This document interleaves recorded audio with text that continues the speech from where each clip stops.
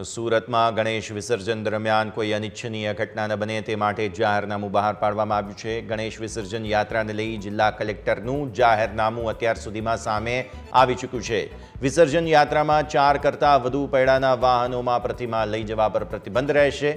બળદગાડું, ઊંટગાડી, હાથી કે ટ્રેલરના ઉપયોગ પર પણ પ્રતિબંધ કરવામાં આવ્યો છે, જેથી હવે ગણપતિ વિસર્જન બાદ 2 દિવસમાં તમામ મંડપો દૂર કરવાના આદેશ આપી દેવાયા છે। વિસર્જન યાત્રા દરમિયાન શોભાયાત્રામાં ધાર્મિક ભજન સિવાય અન્ય કોઈ સંગીત કે ફિલ્મી ગીતો પણ નહીં વગાડી શકાય। જાહેર રસ્તા પર રાહદારીઓને કોઈ પણ પ્રકારનો પાવડર કે ગુલાલ ઉડાડવા પર પણ પ્રતિબંધ છે। માટી, પીઓપી, ફાઇબરની પ્રતિમાઓને નદી કે તળાવમાં વિસર્જન કરવા પર પણ પ્રતિબંધ છે।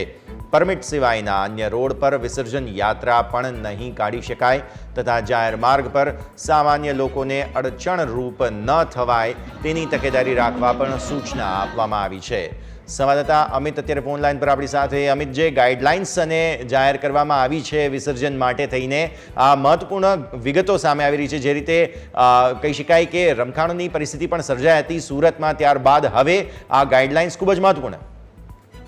जी ચોક્કસથી આજે જિલ્લા વહીવટી તંત્ર દ્વારા એક ગાઈડલાઈન બહાર પડાઈ છે ગણેશ વિસર્જનના તહેવારને લઈને। ગણેશ વિસર્જનના દિવસે આજે ખાસ કરીને ખૂબ ભીડવાળો માહોલ જોવા મળતો હોય છે, ત્યારે આજે જાહેરનામું બહાર પાડવામાં આવ્યું છે। તેમાં 4 પૈડા કરતા વધારે પૈડાવાળા વાહનો લઈ જવા પર પ્રતિબંધ છે।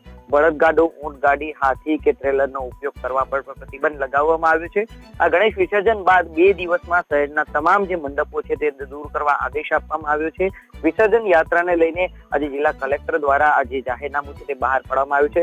મહત્વની વાત કહી શકાય કે આજે કોઈ પણ અડચણ ઊભી ન થાય એટલા માટે પોલીસ તેમજ આજે પાલિકા દ્વારા પણ તમામ તૈયારીઓ છે તે કરવામાં આવી રહી છે। વિસર્જન યાત્રા દરમિયાન શોભાયાત્રામાં ધાર્મિક ભજન સિવાય અન્ય કોઈ ગીતો વગાડી નહીં શકાશે। અન્ય ગીતો વગાડવા પર પણ પ્રતિબંધ અહીંયા ફરવામાં આવ્યો છે।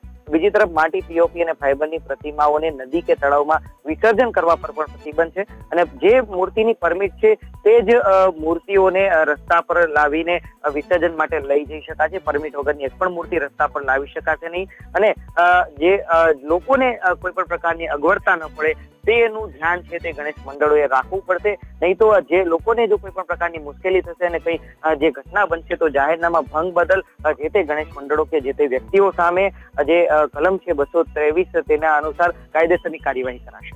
જી બિલકુલ, ખૂબ ખૂબ આભાર અમિત આપનો અમારી સાથે જોડાવા માટે।